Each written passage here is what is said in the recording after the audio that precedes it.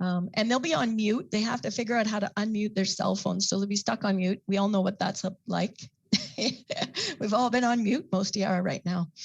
And sometimes if you're on a telephone, it's hard to get off mute. No, at the same time, I'm also having difficulties with the platform. My calls get dropped. Sometimes I don't get in.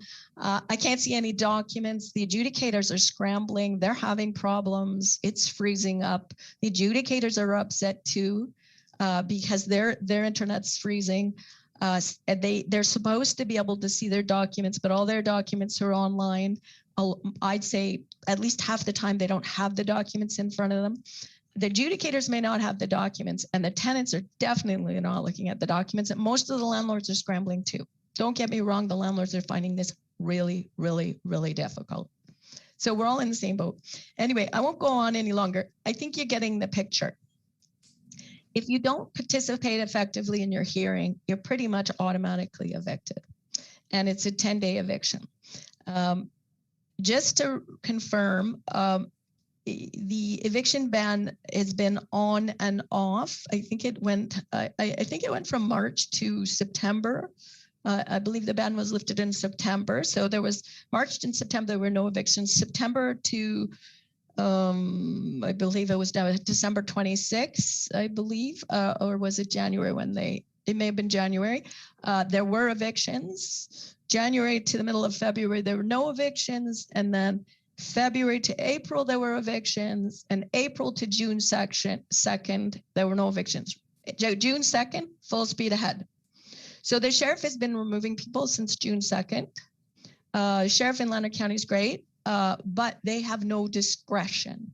They must execute eviction orders, change locks, remove tenants with the police. They do give people about a week's warning. We will respond to tenant issues at any stage of proceedings, any stage, including, I will still try, even if the sheriff is coming tomorrow. Under normal times, if I got the case by noon today, I may be able to stop the enforcement of the eviction tomorrow. Right now, it's a lot harder. I'm having to email the chair of the tribunal with my frantic appeals to try to stop. And I've been going to the ombudsman, and I've been emailing anybody and everybody in the tribunal, but they don't give out their emails. I do have the chair's email, but they don't give out their emails to the public, and they don't give out their phone numbers. There's the 1-800 out of Toronto that's useless. You can call them, and they will tell you that they have a file. Not much else. I email them, and I do it very relentlessly. But 20 years of practice does help. I've got some inside lines a little bit, but not much. I still don't have a phone number for anybody, so it's tough. Linda, would it be helpful if we could find a method of providing safe space and the technology for tenants to participate? Yes. And so my office is now is set up as well. So we will be shortly allowing access to our office for tenants. We used to do that during some of the, like last summer when we were open for a while. We've been shut down during the stay-at-home orders. When we have a stay-at-home order, we usually don't have tenants in our offices. But now that we're opening a little, yes. And yes, safe private space. Unfortunately, the library is no place to discuss why you haven't paid your rent in a year. So don't let anybody tell you that you can do an eviction hearing at the library. No offense to our wonderful librarians. But yes, Sean, that would be very, very helpful. And some folks in our community, mental health workers, Ali, and other such people have gone to people's houses and put them on their phones. And I've done that too. I've knocked on the tenants' doors with my phone and put them on my phone and done the hearing that way. I can't do that for 60 or 100 cases, but I can do it occasionally. And it's wonderful when it happens. So yes. So an idea of the numbers, so this fall specifically, how many people would be affected? Be clear. How often? I don't have a breakdown. I have no way of doing the stats for Smiths Falls specifically, but I can tell you that right now Smiths Falls is the biggest area of evictions because of the changing economy. So I want to talk about that a little bit. Smiths Falls is a real hotspot for evictions right now. So I'm going to move on. I think I've said enough about the landlord-tenant board. I'm sorry to rant, but it is a total nightmare. And I'm just the final say is I don't think tenants and frankly, a lot of landlords can't navigate this process by themselves. It's just pretty impossible. So anybody who just got any kind of eviction order should be referred to the legal clinic immediately. Just please do that. And we will guide them, we will help them, we'll do everything they need to make sure it's possible. But yes, it would be wonderful to have a safe, private, empty office cubicle. I'm in a really small room right now on Zoom. This is one of the rooms we use for clients that will allow them to participate. And even a telephone would be a huge help, even a telephone. So yeah, good suggestion. Simple, but important. Okay, so let's talk about what's going on in Leonard County. Okay, and Smiths Falls specifically. I think you guys have a pretty good idea, but I want to make sure that I see, I don't have all the statistics, right? I would love for somebody to do a study, but I don't have time. But I'll give you an idea because I'm seeing it daily, of course. But I want to give you a backdrop, first of all. I want to give you a sense. I want to give you a bit of context. You know some of this, but I want to give you a little bit of background and then talk about what it's really like to be someone facing eviction in our community. First of all, I want to give you a sense of what incomes are like for low-income people. If you are a senior and you don't have a pension, I don't have a pension. So if you're a senior and don't have a pension, you will get old age security, maybe a little Canada pension if you've worked, or maybe up to 900. And you will get a guaranteed income supplement to top you up to a livable amount. A livable amount in Ontario or in Canada for a senior, a single person, the maximum that they will get if they don't have a private pension is $1,531 a month. That's what we have to look forward to. Okay. If you're a couple, they look at your spouse's income, you're both seniors, you'll get $2,332 a month. That's a maximum, assuming you have old age security, and then you get the top up to guarantee your income. So $1,531 for a single senior on old age security, or $2,332 for a couple.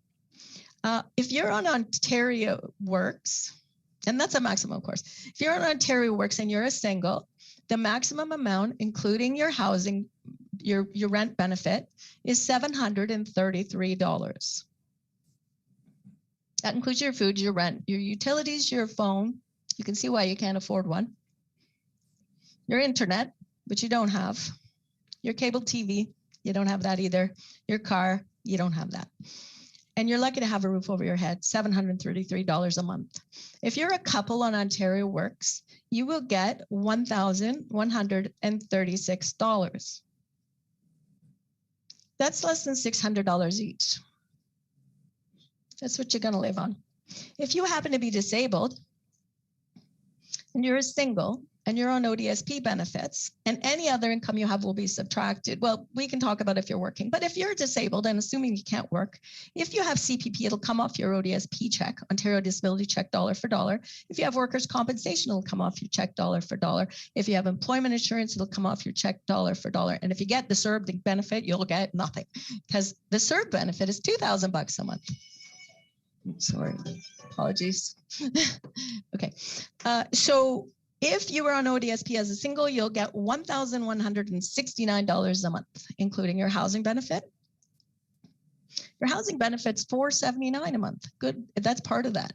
Good luck finding something.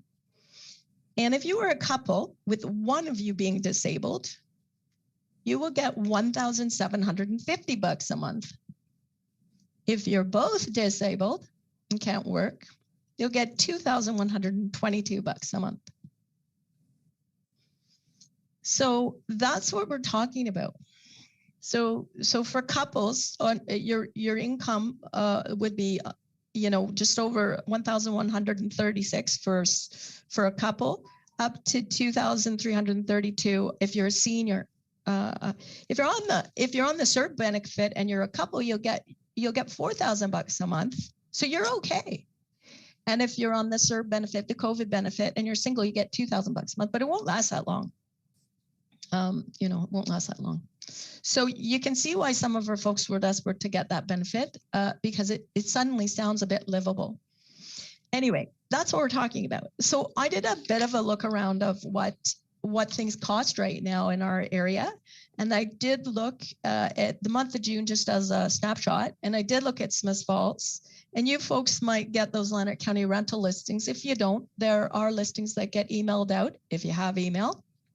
Most low-income people do not. And by the way, they're mostly Kijiji links, and most low-income people cannot access them. No offense to Lanark County. But if you're lucky enough to see the Lanark County rentals, we are finding in June that a one-bedroom, there are almost none available. In the month of June, there was one listing for a one-bedroom that was affordable at $850, unless you're on Ontario Works and your income is $733. So that won't work. But there was one affordable one-bedroom in the month of June listed at $850. There was, and that's 3 weeks of listings so far in June. So 3 weeks of listings. And I looked at all of them. There was one single room, like a room in a house, at $625 a month, which was calling for a young professional female.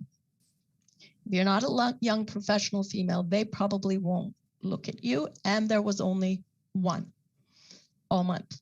One bedrooms in June are running in Smiths Falls from, sorry, just a minute. There are very few available. So this week there was one, last week there was one, and the week before that, this is just in Smiths Falls, there was one in Jasper and nothing in Smiths Falls. So for a one bedroom. Now there were other one bedrooms available in the area, not many, a couple, and they ranged from $1,300 to $1,650 a month. So if you're a senior at $1,531, you can't get a one bedroom in Lanark County this month. And if you're an Ontario Works recipient, you can't get anything. If you're on ODSP, you're one of the lucky ones, but all the rents were more than your total in check, including food. So you're out of luck.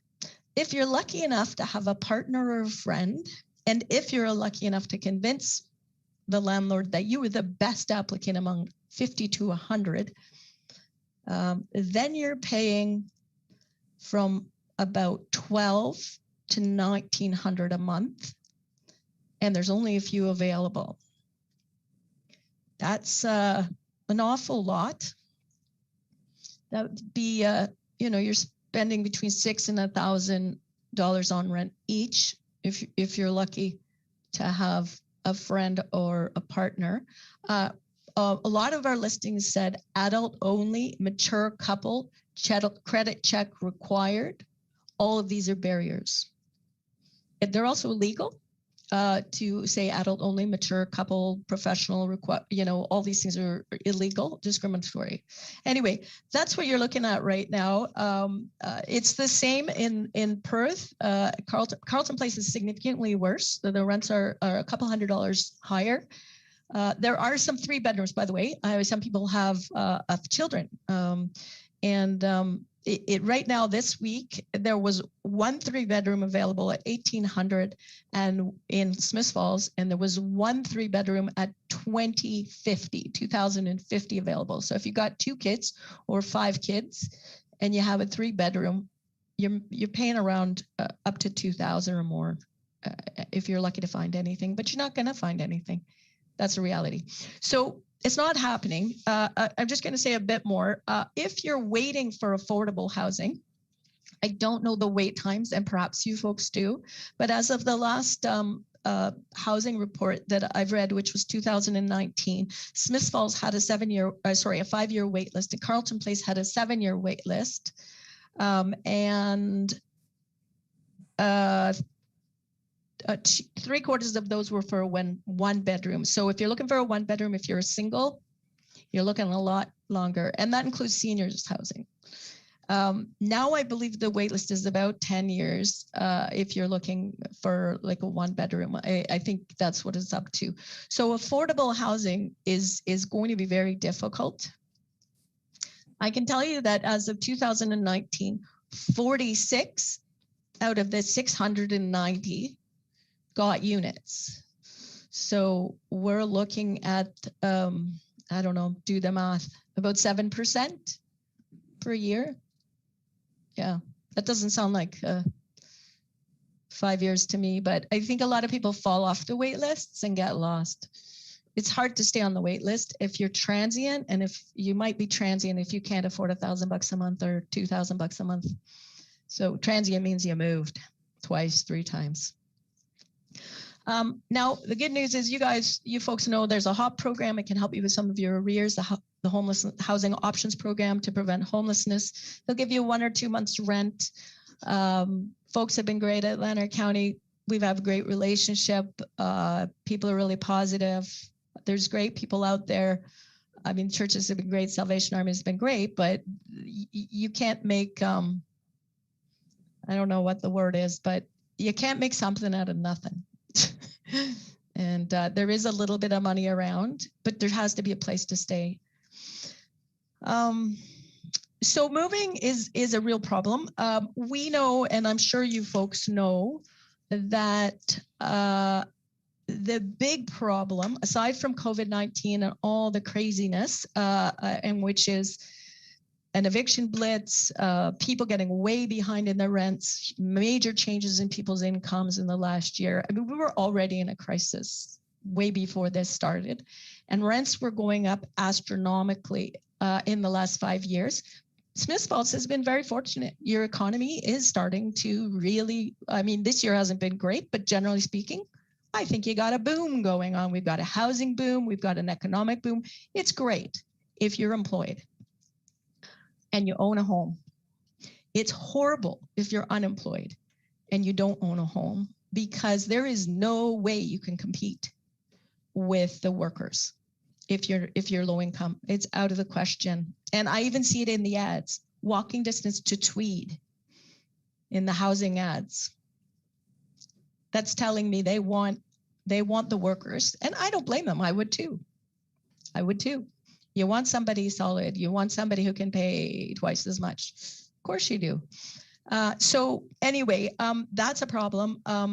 The other trend, so what we're seeing is, because house prices have gone up so much, and because we have the economic refugees coming from the city, houses are selling like hotcakes right now. I mean, it's crazy. That's why the prices have gone up, I guess, is because they're selling like hotcakes. Everybody's buying and selling houses. And that's great in some ways if you want to sell a house. It's not great if you want to stay in a house. It's not great if you're a tenant. And it's not great if you want to buy a house and you're a low-income worker either. So what are we seeing? So we're seeing evictions for non-payment of rent, but we're seeing a huge wave of evictions for what I call rent evictions and sell evictions.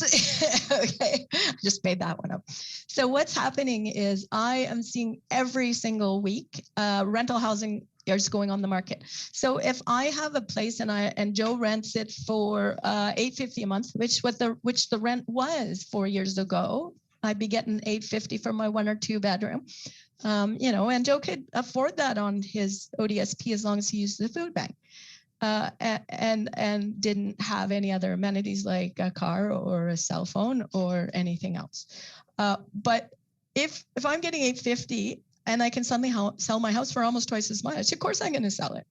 And if I can get the tenant out and fancy that place up, whether it's through whitewashing or real serious renovations, I can raise that rent from $850 to anything I like.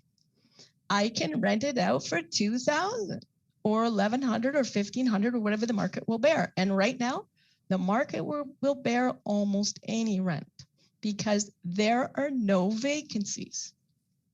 And people are desperate, including the workers. Workers are having a hard time finding places as well, and especially low-income workers. You don't make a whole lot on minimum wage either, and I could do the math on that, but we can easily do the math. When minimum wage is about $14 an hour. The Ontario government decided not to raise it to 15. They rolled back that increase. I'm not a politician, but it was going to go to 15. Now it's not. Anyway, the long and the short of this is we are seeing a huge wave of people being evicted because the landlord is selling the house. Now, one of the problems is that things are happening is people are getting informal notices saying, I'm selling the house, you got to get out. No choice, new owners moving in next month.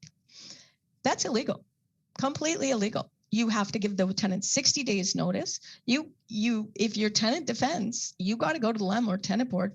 Good luck with that. Big delays. That's bad for landlords. Don't get me wrong. That's bad for landlords. Probably good for tenants, the delays. But you're going to have to prove not that you sold the house, but that some family or individual is moving in and they don't live anywhere else. So if you're selling your house to a speculator or a landlord, professional landlord, which a lot of folks are, it's an investment property, and your tenant gets to stay at the same rent on the same terms at $850, not $1,500. So we're seeing a huge wave of evictions for selling houses, and we're trying our darndest to do research on if they get to us on time. I will find out how many properties that purchaser owns. I will look at the agreement of purchase and sale. I will look at the conditions. I will use the grapevine, which is one of the things I like about small communities, and find out who is this guy and where does he live, or woman who's purchasing the property. And if they live in a beautiful home on a beautiful property, they're not living in your dingy one bedroom. And if they have 5 kids, they're not moving into your one bedroom. So if I can find out, and I Facebook creep folks and everything to find out who are you and do you actually need the property, or is this speculation? And most of it's speculation. So another thing I want you to be aware of. So first of all, watch out for that. If somebody says they're moving in or they're selling a place, there's no automatic evictions there. Sending it to us right away. And if I can do that research before we arrive at the hearing and get blindsided, we might win. We are winning most of the landlord's own use applications, most of them, well over half. I've been fighting them for years because they're a huge problem, and most tenants are very nice and don't want trouble. Most tenants just move out. That's what they do. Why? Because they're told they have to. You are being evicted, so you go. Anyway, that's what's happening. Here's another nasty trend, in my personal opinion. Airbnb, short-term rentals. Guess what? Short-term rentals is not a thing in Ontario. It's either a rental or it isn't. It is illegal to rent a place for a limited time unless it's a recreational property like a cottage. So be careful, folks, because in Smiths Falls, we have a wave of Airbnbs.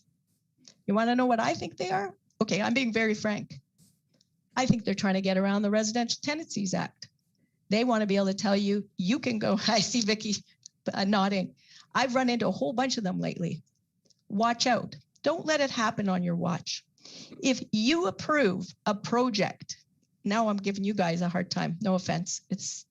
But think about it. If you approve a project and they said they were going to create more housing for rentals, if it was going to be tenants, And now they're telling you it's an Airbnb.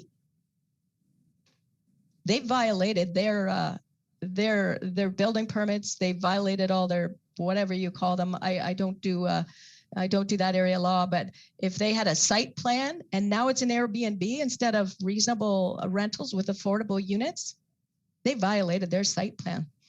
And we're seeing too much of this. And it breaks my heart because honestly, I see Ellie smiling too.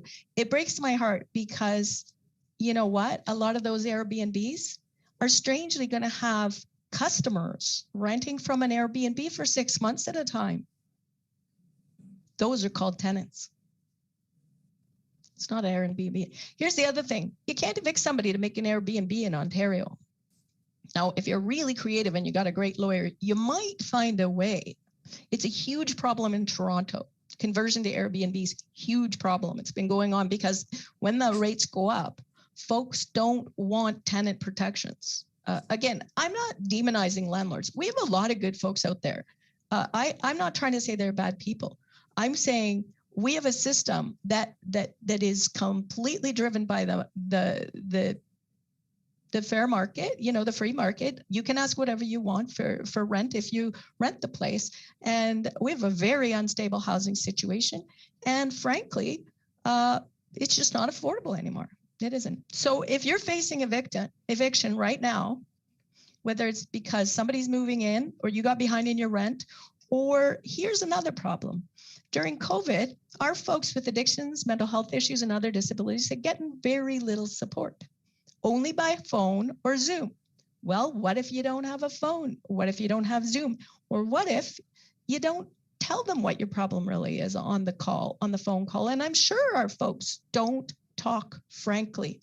Body language, getting an idea how people are doing. So I have mental health issues.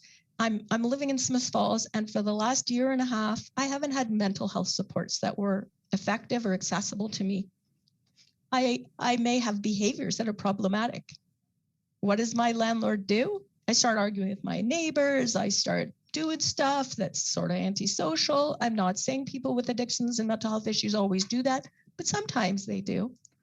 And without proper supports, these folks are possibly making bad decisions. Maybe they're stopping paying their rent, and maybe they're annoying somebody and they're getting evicted. And that's a huge problem too. So it's a really, really bad time for tenants. So where do they go? I don't know. Where do they go? There's no shelters unless you're an abused woman and you have children young enough. There's no shelters for men. There's no shelters for women if you're not abused. There's no shelters for families. Leonard County will put you in a motel for a bit if they still have money in their pocket, which they tend to do and they tend to find. So where folks go into a motel that they couldn't afford. So they stay for a bit, a week or two, maybe more, depending on how generous the money supply will be from Leonard County. It costs Leonard County a lot of money to do this. They've been wonderful. We really do try to look after our own. I think we're a great community. We do care about people. But it's impossible to sustain that. And if there's nowhere for you to go, I don't know where you're going to go. Shelter in Ottawa, very unsafe. Huge COVID outbreaks in all the shelters in Ottawa, very, very unsafe. It's been a real epidemic. Where do you go? There's tents in the summer. If you can afford a tent, you know, I don't know. There's Chardon Manor. There's a couple of beds there. Chardon Manor is a care home for people with serious disabilities. And most tenants, no matter how bad their situation is, would rather stay in a tent. I'm not putting down Chardon Manor. I've been there. It's much improved. The food is reasonable. The conditions are tolerable. You may have to share a room, but I've rarely met anyone who's willing to go to Chardon Manor. In fact, it's in 20 years, I don't think I've seen more than one or two people agree to go to Chardon Manor. No offense to them. They're good folks. They're trying to provide the service, but it's not a proper place. So that's our challenge. So right now, what am I doing? I'm the little boy with my finger in the dike trying to hold back the wave. it's crazy. It's difficult. I'm doing more work than I've ever done in my life, but it's pretty effective. But it's very temporary. I can slow down. The wolf is at the door, and we'll just slow him down with a collar or something. What do we need? We need more rental housing that's affordable. And we really, really need it. And I know you guys are looking at that. We desperately need affordable housing. We desperately need like we do have some rent supplements. So the good news is there are some portable rent supplements. There are portable housing benefits. There are people placed in private units. They're usually pretty crappy, but I've seen some of them that can be very substandard. But you know what? Homelessness versus a substandard unit, I would take that substandard unit any day. Nobody even asks what the condition of the unit is anymore. You know, mold, cockroaches, whatever. But we need affordable housing options. We need that to be part of your planning process in Smiths Falls. We need you to require builders to have affordable units. You need to think about what that means. Again, I don't go to your meetings, and I know you're doing good stuff. I don't know what you're doing, and I'd love to hear about it. But we are in an unprecedented crisis I've never seen before, and it is horrible. And a lot of you are seeing it or know it. And the more we talk about it, the better. Because by the way, I had a good conversation with our mental health crisis worker the other day who works out of the hospital. And he said to me that his whole caseload right now is people who are facing homelessness, all of them. He's supposed to be working with people who are in a serious mental health crisis, and he is. But the real reason they're in a serious mental health crisis is they're facing homelessness, and he doesn't have anything for them. That's his caseload right now. And I know a lot of other folks are saying the same thing. So anyway, I'm sorry to be the bearer of bad news. That's kind of everything. I just wanted to say that I did send off some interesting reports, way too many probably, a statistical report from the work we've been doing in the last year with, I mean, it doesn't give you everything you'd want, but it gives you some numbers. I sent you a report. You probably don't have it. I just sent it today to Carrie Costello. But if you're interested in some of the background, or if you're going to be doing anything else, I'd be happy to help you. I've sent you 2 provincial reports on the problem with the rising rents in Ontario, and also the problem with this digital eviction process. And by the way, the Ontario government has made it very, very clear that digital evictions are the permanent solution to the landlord and tenant board model. This is not a pandemic model anymore. This is permanent. So it's called the digital first strategy, which I think is probably, right now it's a digital only strategy. There has not been a single in-person hearing in the last year. It's a real problem. For low-income people, this is not an accessible system, and it is not a humane system. And you're going to see those evictions continue regardless of our economic conditions or our health. We're fighting it. Of course, we're fighting it. We're fighting it. And if you can do anything to help. And by the way, I'm sending landlords also to the Ombudsman, because they don't like it either. So when I get complaints from landlords, I'm like, you are right. Go straight to the Ombudsman and make a complaint. It takes 10 minutes. The Ombudsman interviewed me for 3 hours last month. The Ombudsman staff person, they are doing some great work. We will keep complaining, but whatever you guys can do through the Ministry of Housing or wherever your connections are, County Council, everywhere. I'm sorry, I'm bearer of very bad news, but it's not a good situation. Anyway, I've sent you a sample of the weekly vacancy lists. I've sent just one. I've sent you the 2019